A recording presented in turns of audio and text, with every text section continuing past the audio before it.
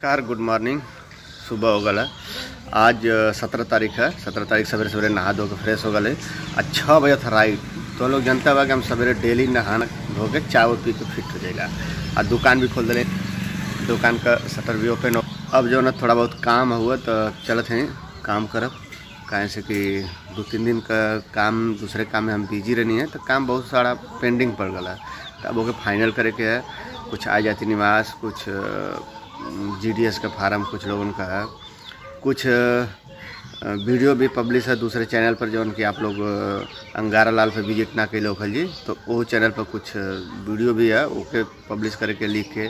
इसके बाद जो है ना कुछ टॉपिक है वो के देखे के है, और कुछ लोगन का चैनल का रजिस्ट्रेशन कैले हैं तो उन लोग का ID कार्ड बनावे के है। मतलब काम कई ठे है। तो आज पूरा दिन जो ना हमके लगा था बैठला रह जी, ओकरे साथ साथ अभी और काम को कई ठे है, तो वो कुल काम चलते अब निपटाई। सुबह बहुत मस्त मौसम, एकदम ठंडा आवे, हाई पूरा पानी छिड़क दिले पर दरवाजे पर ना, एकदम ठंडा अच्छा लगला, हरा भरा हरियाली। तो फिलहाल सुबह देखा कितना अच्छा लगा था। सूरज भगवान का भी जो ना उदय देखें उधर से होता है। बादल रहल रात भर, लेकिन अब ये टाइम बादल ना है। अब पूरा दिन लगा था कि धूप जबरदस्त हुई। और रात में इतनी तेज़ हवा है कि पूछा मत। जना तो कि आंधी आ गई ले, और सुतले के बाद कभी कभी इतना तेज़ चले लगा तो जना तो कि आंधी आ गई, घबरा से अपनी खुल जाते रहे। लेकिन हमको लगा अब याद ना हो, फिर सूत कभी कुछ देर के बाद जो है ना फिर आंधी पटाक वो एकदम शांत हवा। का खेबू बतावा मोबाइल में खींचे तो बतावा का खेबू और जाने तो बताए।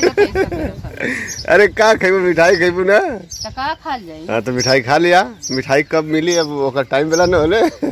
अभी तो तुर कैले ना सवेरे मिठाई तो नहीं तो के ये बबुआ जाती कोई खाना तो गड़िया से पहले गिरवा ले जाना तो दुनिया बुनी पड़ी ना। रुका इनकर देखा पहले दुकान कम, इनकर सवेरे सवेरे धंधा दूसर है।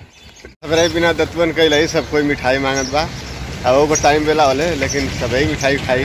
दोस्तों देखिए जहाज जा रही है, बहुत काफ़ी नीचे से जा रही है, बत्ती बुक बुक कर रही है।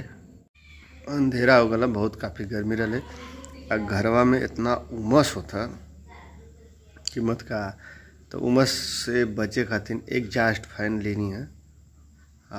एग्जॉस्ट फैन लगल ना है, लेकिन जुगाड़ फिलहाल खिड़की बांध रहे हैं वो फिट करे के ऊपर से।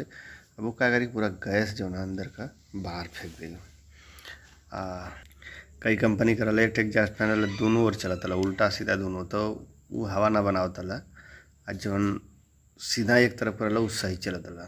बात सवेरे पिए खातिर पानी आगे ना पियास रहा, पानी ना रहा तो मत ना जैसे पानी बने आए के पानी पी लेना सब। अभी एक उधर आवत है और 2-4 दौड़त आवत सब।